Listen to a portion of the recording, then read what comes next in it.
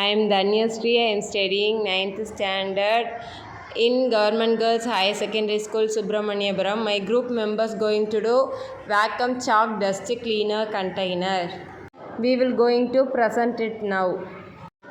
தேவையான பொருட்கள்: duster head, vacuum குழாய், வேக்யூம் ஹோஸ், வடிகட்டி கொள்கலம், ஃபில்டரிங் கண்டெய்னர், தூசி சேகரிப்பு பெட்டி, duster container, vacuum motor unit, vacuum suction unit, PVC குழாய்கள், கனெக்டர்கள்.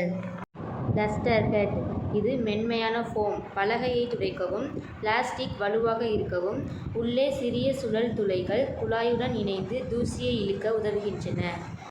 வேக்யூம் குழாய்: வேக்யூம் குழாயில் நெகிழும் பிவிசி பயன்படுத்தப்படுகிறது. இதன் விட்டம் 1 to 1.5 சென்டிமீட்டர். எளிதாக மடங்கக்கூடியது, எடை குறைவானது. இதன் நீளம் 1 to 2 மீட்டர். வடிகட்டி கொள்கலம்: இது காற்று புகாத சிறிய பெட்டி அல்லது ஜாடி. ஹெப்பா ஃபில்டர் ஷீட் அல்லது மிக நுண்ணிய மெஷ் துணி அவசியம். தூசி எவ்வளவு தேங்கியிருக்கிறது என்று காண வெளிப்படையாக இருக்கலாம். தூசி சேகரிப்பு பெட்டி: இது பிளாஸ்டிக் பெட்டியால் ஆனது. இதன் மூடி எளிதாக திறக்கக்கூடியது. வடிகட்டியுடன் இணைந்து தூசியை சேமிக்கும். பயன்படுத்தி முடிந்ததும் சுத்தம் செய்ய எளிதானது. இந்த துகள்களை மறுசுழற்சி செய்து புதிய சுண்ணக்கட்டியாக உருவாக்கலாம். வேக்யூம் மோட்டார் யூனிட்: சிறிய டிசி மோட்டாருடன் விசிறி இணைக்கப்பட்டு டஸ்டரில் பொருத்தப்படும். இதற்கு 12 வோல்ட் முதல் 24 வோல்ட் வரை உள்ள டிசி மோட்டார் சிறந்தது.